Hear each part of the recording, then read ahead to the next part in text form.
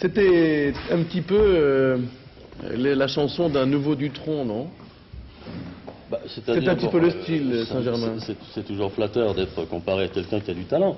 Mais enfin, c'est Saint-Germain, c'est pas Dutronc. Ouais. Tant mieux, si tant est qu'on puisse sentir un peu le... C'est peut-être la même direction. Enfin, c'est pas... C'est vous qui avez écrit le texte? Oui. Oui, la musique est de... Cyril Assous. Et c'était le texte que vous vouliez écrire, Frimeur, avant n'importe quel autre texte?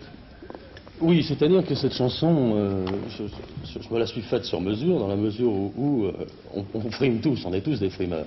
Mais sympathique, je veux dire. La frime, c'est le rêve, moi je rêve. Et si on rêve pas, on prend la vie au sérieux, c'est dramatique.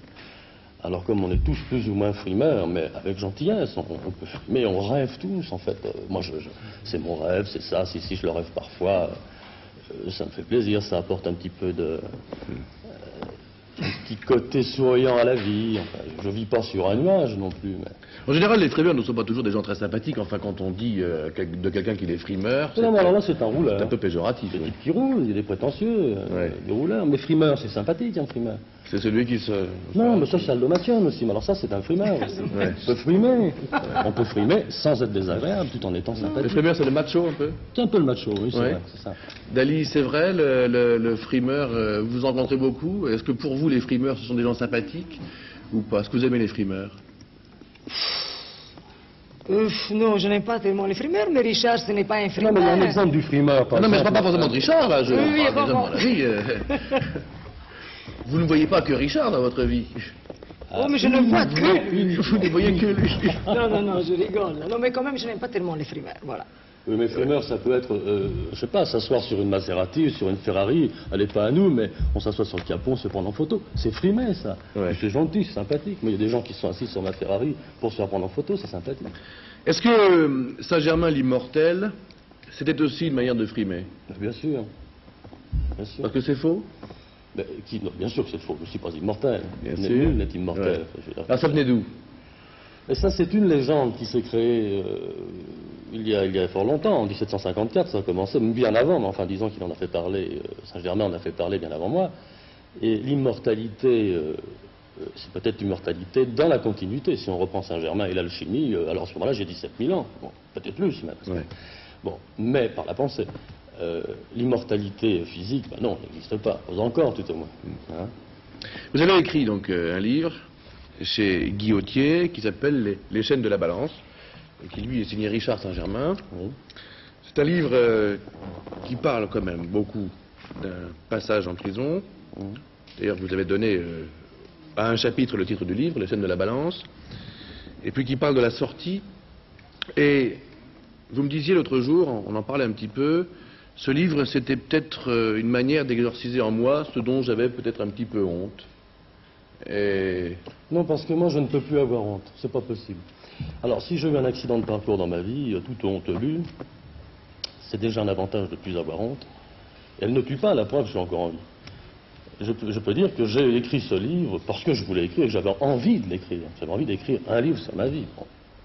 Pourquoi? Parce que les gens disaient trop de choses pas vraies sur vous, ou bien exploitaient En partie, mais c'est pas une justification. Hein. Oui, en partie, bien sûr, mais c'est pas une justification. En fait, et j'explique pourquoi à Saint-Germain. J'explique au début du livre pourquoi j'ai trouvé les papiers du comte de Saint-Germain.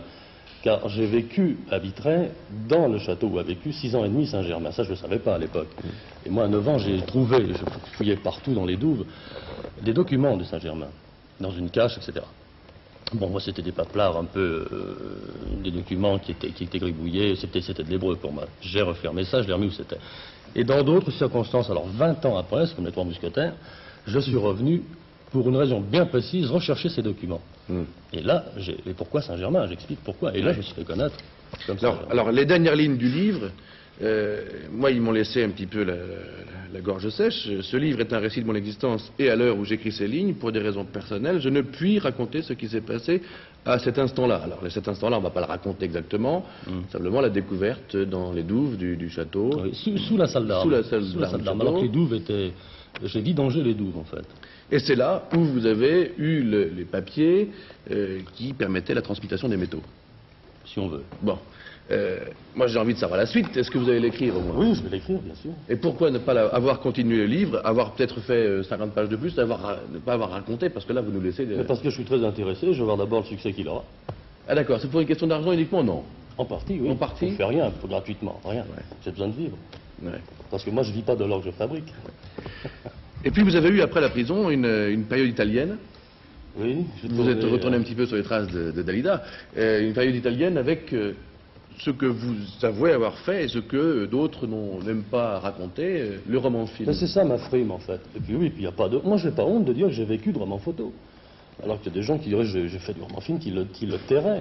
Ben, il fallait que je mange, que je gagne des sous, et j'ai fait du roman photo. J'étais une vedette du roman feuilleton en Italie. Je trouve ça très chouette. Comment ça se J'ai pas passait honte. alors? Ben, on fait clic-clac, attention je vais, je prends la pause, et puis voilà, quoi. Mais quand vous lisiez les romans photos, c'était... Je les lisais, j'étais ravi. C'était... Ben, bien sûr, je crache pas dedans, moi, j'étais ravi. Il y a des vedettes du roman film en Italie. Puis après, j'ai fait un western spaghetti, et qui restait vraiment italien, typiquement romain. Sa carrière, Un peu local. Ah oui, très local, ouais, très local. Seule expérience cinématographique. Oui, et oui. C'est-à-dire qu'il y a, en 1959, un assistant de Truffaut m'avait fait tourner Les Mortes Nouvelles avec Marie Dubois. À l'époque, il n'avait pas d'argent et le film s'est arrêté. Et à cause de ça, à cause de ce cas, car je voulais être acteur de cinéma. C'était un rêve. Et à cause de ce film, avorté d'ailleurs, qui en est resté qu'au rush, s'est déclenché un drame terrible dans ma vie. Je raconte là-dedans, les gens le liront en fait, puisqu'il m'a amené en prison. Quoi, pour ce film. Est-ce que la frime, c'est aussi pour vous une forme d'arrivisme? Ah non, pas du tout, surtout pas. Surtout pas, puisque je ne me ménage pas. Je crois que la frime, quand je dis que c'est le rêve, dans un rêve, le rêve n'est pas contrôlé. Et je crois que la frime, c'est quelque chose qui montre la véritable personnalité. Il faut être humble pour être un frimeur. Mais pour être un rouleur, il faut être prétentieux. Mais frimeur, il faut être quelqu'un d'humble et de simple. Et de vrai, surtout. Myriam, est-ce que quelquefois Claude François n'est pas frimeur?